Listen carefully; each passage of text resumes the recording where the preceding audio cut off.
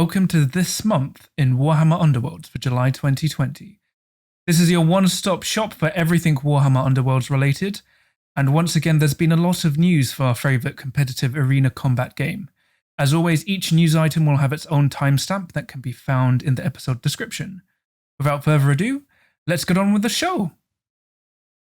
Before the major news, those investigative Games Workshop fans are still stalking Games Workshop shipping manifests. If you're unaware, they recently found out that Games Workshop is shipping a product named Arena Mortis. That may sound familiar, as regular viewers will know I did a review of it as Arena Mortis appeared as a free game mode in White Dwarf a few months ago. Outside of the name, we don't have much more information really.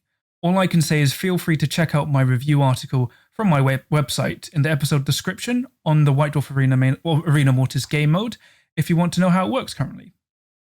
Now for the big news.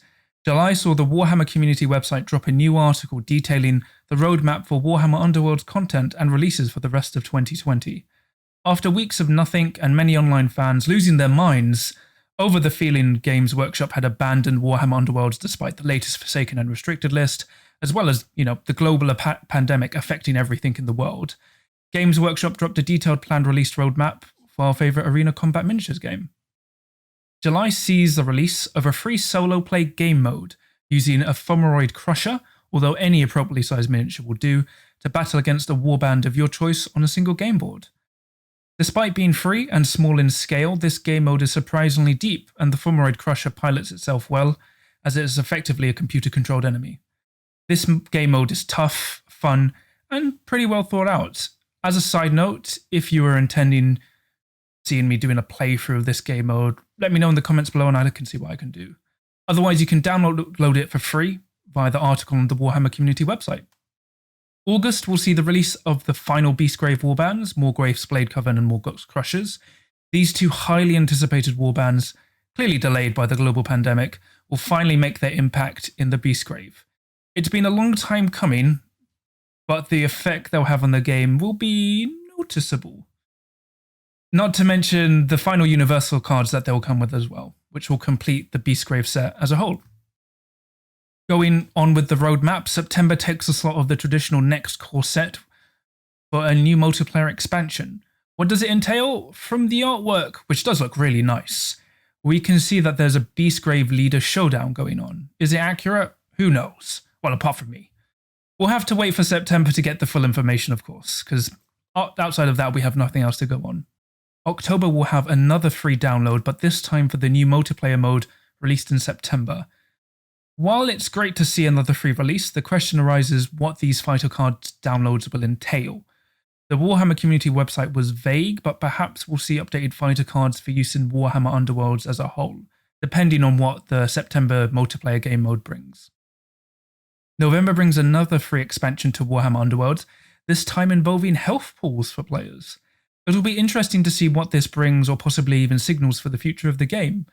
But once again, it's another great free piece of gameplay download for us to enjoy. Speaking of the future of Warhammer Underworlds, finally there is the launch of Season 4, name I'm not allowed to say yet. Before we get into the good stuff, it shows just how far Season 4 has been delayed by the global pandemic. For an almost 5-month wait until Season 4, hopefully we can get 1 to 2 more Forsaken and Restricted list updates in while we wait for the Night Vault cards and boards to be rotated out. But back to the good stuff. Woohoo! Season 4! Games Workshop even features some mysterious new artwork for it. Does it hint at new warbands, or does it really just show the new figurehead for the season like Games Workshop has done for all previous seasons of Warhammer Underworlds? Oh, who knows, apart from me. But once again, it still looks like we may not be totally out of the dangers of the Beastgrave just yet. Turning our attention to Warhammer Underworlds Online, Warhammer Underworlds Online had a fairly quiet month for July. After last month's new warband and roadmap, for July all we got were graphical updates.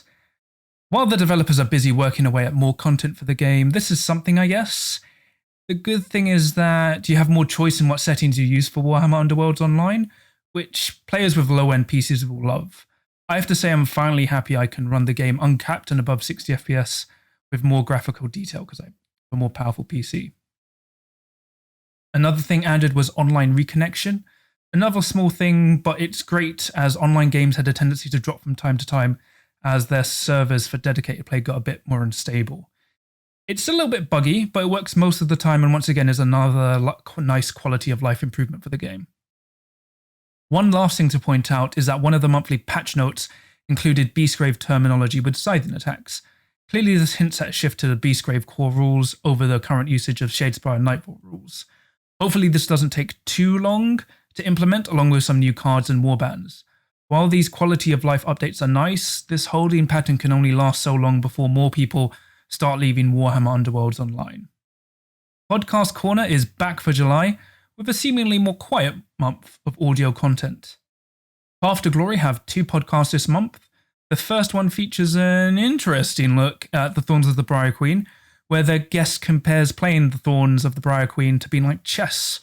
I too enjoyed playing chess when the Queen teleported next to the King and caused a checkmate. Being more serious, their second episode is a more holistic view of Warhammer Underworlds, covering some general Warhammer Underworlds news, as well as looking at objective cards and their efficiency. Battle Mallet also released a podcast of their own, mainly looking at the recent Forsaken list and restricted list changes for Warhammer Underworlds for June 2020. Finally, there's me with Critcast, where I talk to my guest Tommy Conboy about how to get good in isolation, which is useful to players with small or remote playing communities, and especially so during this current climate. Tommy is especially appropriate for this episode as he lives in the distant, remote lands of Scotland. And despite this disadvantage, he's managed to win the UK Games Expo Grand Clash for 2019, as well as numerous other Vassal Clash tournaments online. For July tournaments and events, we have the monthly Warhammer Underworlds webcam tournament hosted over Zoom by the Straight Outta Shadespire guys. This time there were 12 players with 10 unique warbands, down to last month's 14 players, but it was still a great turnout.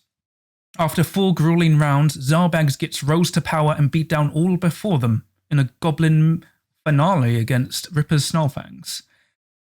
As always, you can watch these tournaments live for free on my Twitch channel at twitch.tv/CanYouRollACrit. The August tournament will be held on Saturday, August the 29th, meaning that hopefully the new warband will be out by then and fully usable within the tournament. For the full information on the tournament, including a later start time to help it make it more appealing and easier for non-UK and EU players, check out the episode description for the link. The July Vassal Clash, free, also happened for July.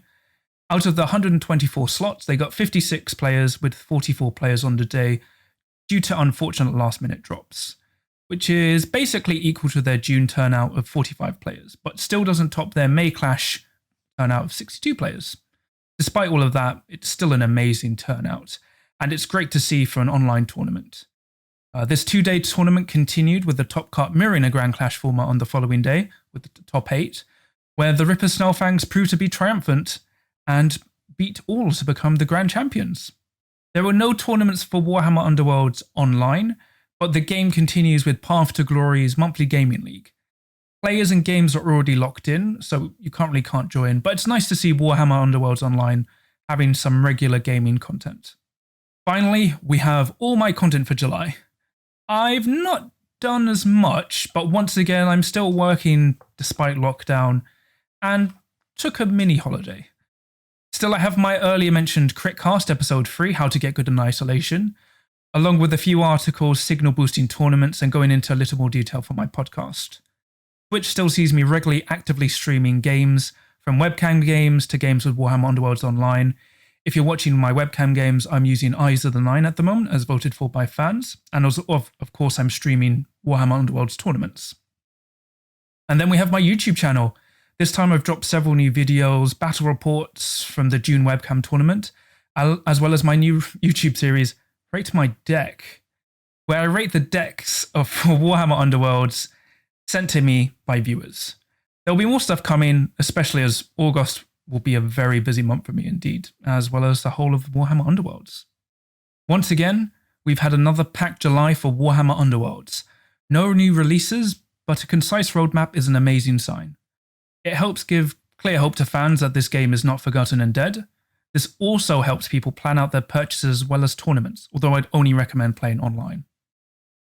August will see the final set of warbands and universal cards released for Warhammer Underworld's Beastgrave. What impact will they have on the game? Don't worry, as I'll be here to give you the in-depth overview as the experienced tournaments monitor and playtester for Warhammer Underworlds. Before I go, please feel free to check my affiliate link to Element Games in the episode description.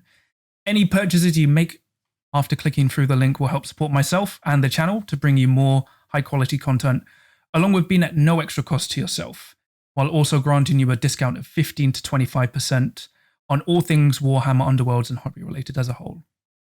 So until we see the full depths of the Beastgrave, Morgwaif's deadly agility, and Morgoth's crushing brutality, always ask yourself, can you roll a crit?